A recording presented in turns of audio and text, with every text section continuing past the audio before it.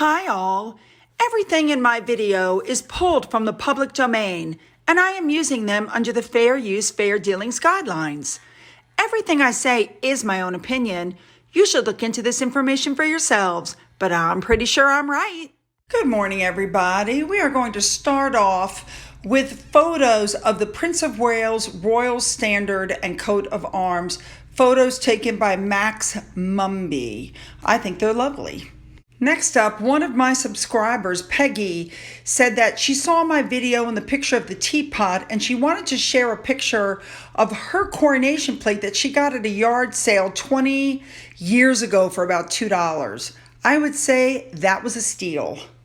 And finally, I got a message about Sarah Ferguson's trust, and basically what it said was, she really does help children and families in need, teenagers with, cancer. She wrote those children's books, and the income from those books all gets funneled to the trust to help other people.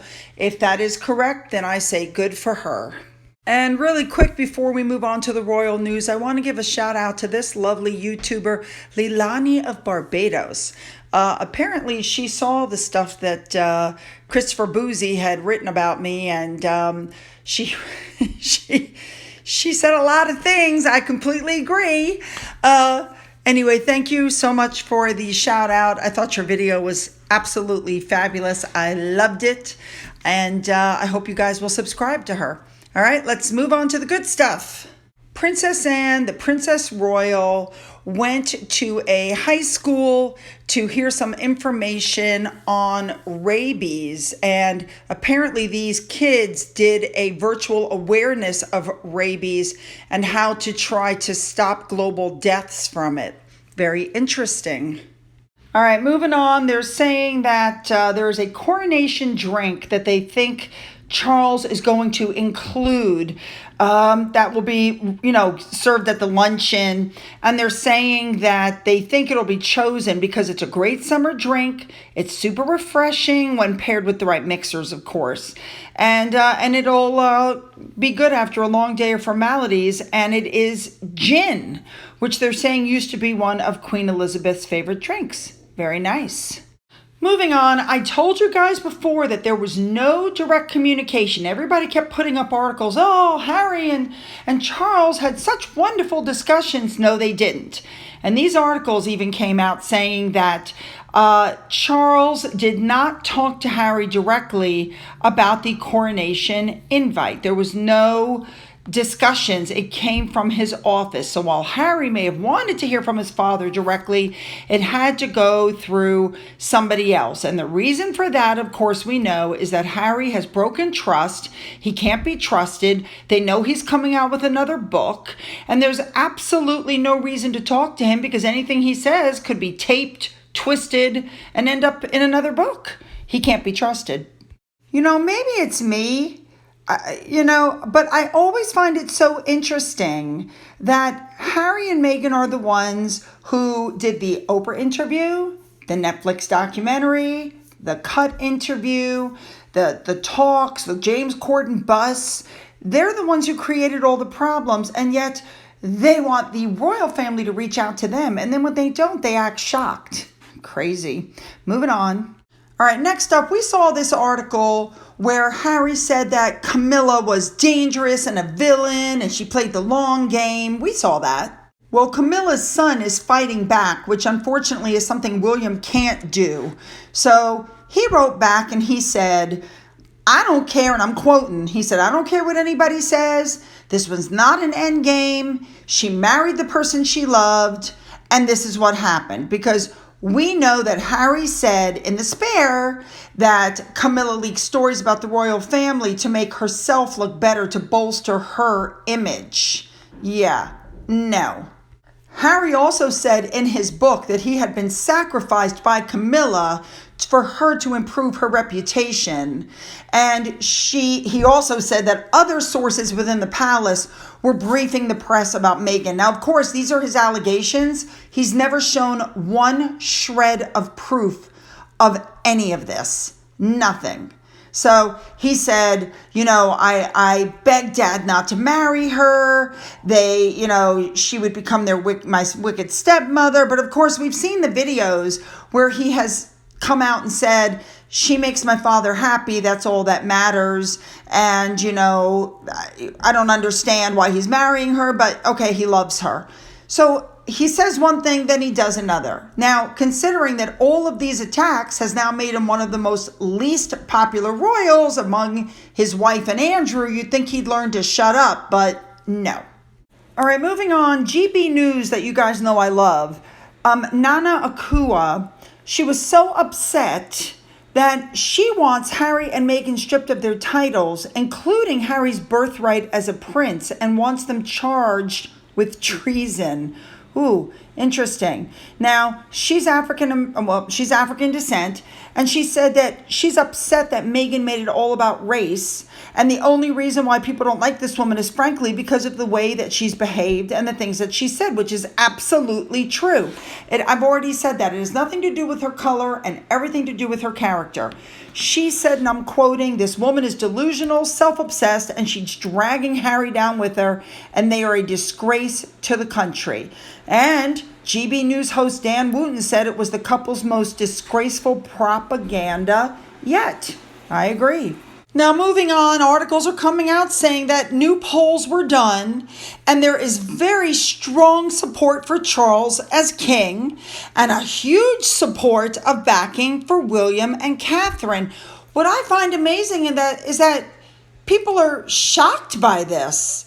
People love Charles, they love Camilla, and as usual, Harry and Meghan are being left in the dust because they have yet to learn that the more they attack the family, the more their popularity drops. But for some reason, they just can't learn that. I don't know why. Now, I got to be honest. People are saying, oh, Harry and Meghan's advisors are telling them, they're giving them bad advice and, blah, blah, blah. Well, to be fair, I don't think they have advisors. I think Meghan thinks that she knows how to do it all.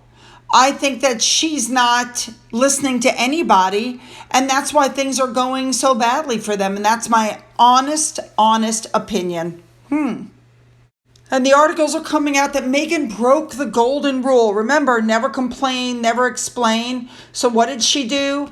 After Africa had rolled out the red carpet for her, she stood in the middle of one of the poorest areas known to man that had done everything for her and complained that nobody was asking her if she was okay. Now, interestingly enough, we also know that after this, the royal family did reach out to her and she rebuffed them because that falls right into her victimhood, Now, they're saying that Meghan didn't come to the coronation because she would have been under a lot of scrutiny. And we've all heard the story about how the truth is she's not going because she doesn't want to take the attention away from the king. But yet, Archie is going to have his birthday, and it looks like the guest list, a little bit of the guest list has been revealed. If you don't think that she's not going to throw a big party for him and invite all these A-list stars and then release the pictures, then you've got another thing coming. Here's an example. She's probably going to invite Serena Williams, Ellen DeGeneres, and Portia. We know how that goes.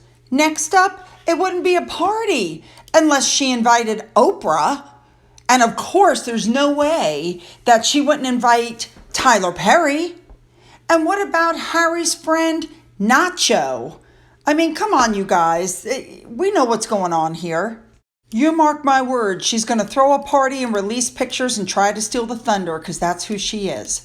All right, now we're moving on to our one of the last things we're going to discuss. And that is a journalist who recently lost her job. Her name is Ellie Hall.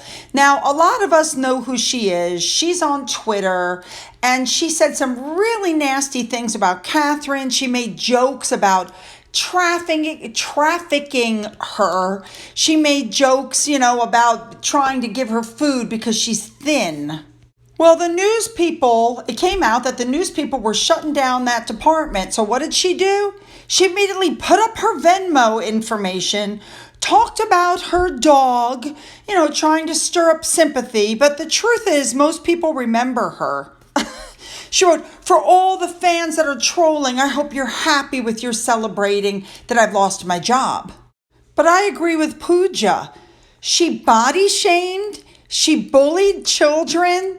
She's not getting any sympathy from anybody. It's just not happening. And I also agree with Akua. Why don't you call Archwell and see if they'll hire you? Ooh, maybe you could go work for Christopher Boozy. I mean, you two have worked together in the past. And it did not take long before this woman who had harassed so many people on Twitter cut the comments off on her posts so that nobody else could write anything. Go figure. All right, you guys, we're moving into what's going to be our last story, and that's about Sentable and the Sussex Squad. Now, don't get me wrong. I think it's a wonderful thing that the Sussex Squad makes money, and I think it's very smart of them not to give the money to Archwell, knowing what would happen to the donations. Instead, they donate directly to the charity. But their behavior is pretty bad, and the fact that Harry has now acknowledged them and acknowledged he's aware of them and their behavior is raising a lot of eyebrows.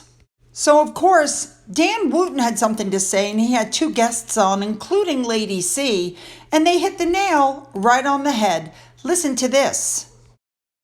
Our amazing royal masterminds, Lady Colin, Campbell and Phil Dampier here now, and Prince Harry's charity Centre Bali is under fire after a shocking honourable mention emerged in their financial report. He named among numerous charitable organisations, the Duke of Delusion also thanked the Sussex Squad, aka his and Meghan's online army of trolls.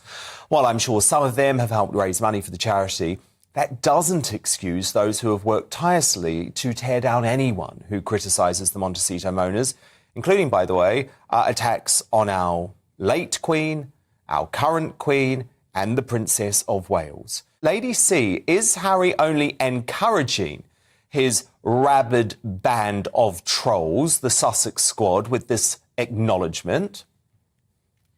Well, yes, of course. That's exactly what he's doing. And of course, they also get paid, because if you look in the Archwell account, you see that they pay their media people as well. And that ends up being the Sussex Squad. They're called the SS for a very good reason. They are full of hatred. They have threatened the lives of the present Princess of Wales. They have even said the most dreadful things about what they'd like done to the children. I mean, it is beyond belief that Harry and Meghan can think it is appropriate to pay people like this and to give them any recognition at all. They should be starved into annihilation. Yeah, Phil, that's the issue that I have. Harry and Meghan like to claim they're the Be Kind Brigade cleaning up the internet. Well, I'm sorry, their trolls are the most vicious, the most nasty, and as Lady C points out, the most violent of them all. But where I do agree is that, to my knowledge, Harry and Meghan have never spoken out about the online trolling that goes on, and some of it does get very vicious, death threats, etc. So, they preach about peace and harmony, don't they? But they could actually ask them to tone it down a bit. They could speak out about it. But after some of the things that he said in his book, Spare, we know he's got a bit of a nasty streak, so he's not exactly setting much of an example. And for those of you who have never seen any of the threats the Sussex Squad has put up, I did this in a previous video. Watch this. Now, when it was found out that Harry and Meghan had called this woman, you can see the tweets above, they asked them, why would you call somebody that's, attacking your family? And their response was, well, we don't really know her, and we're not even sure what she's done. To which this woman responded, how did they tell the world they don't know me if they literally just called me on my personal phone number? She outed them for being liars. Of course, we already know now from what went on in court that they're both, liars and untrustworthy, but she outed them herself, which I thought was interesting. Let me show you what I consider to be hate accounts. And this is actually really sad when you look at it, but watch this.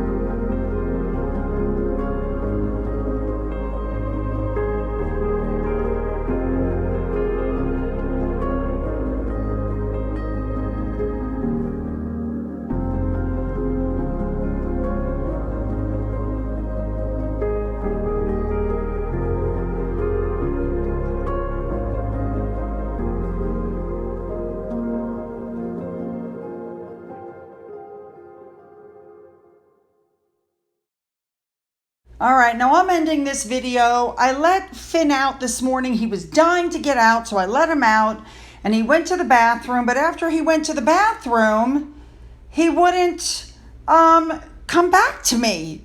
Like, I kept trying to get him to come back. So he laid down and gave me trouble. So you know me, I grabbed the video camera. Here it is. Watch this. So you run out, you're laying down, and you're not coming to me. He's actually laying down.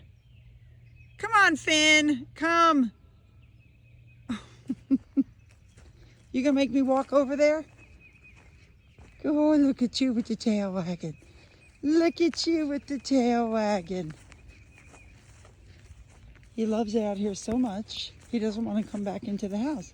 Unfortunately, I have workers in the house, so I need to be in the house. Finn? Finn? Are you enjoying the grass? Is that what's happening? Come on. Mommy's got a treat, but if you want it, you got to go to the house. You got to go to the house if you want the treat. Yes, I know. I have to beg you. Oh, nice try. Nice try crossing in front of me. Come on. Yep, you're not blocking me. You got to go to the house. What a good boy you are. All right, you guys, you know what I want. Go ahead and hit the subscribe button and the bell. If you've already hit the button, double check and make sure you're still subscribed. Don't forget to go up into the description box and you'll find the links to my Twitter, my Getter, my Rumble, my email. For those of you who've donated through the Coffee Fund and through the thanks button, thank you so much. And as always, you guys, have a great day.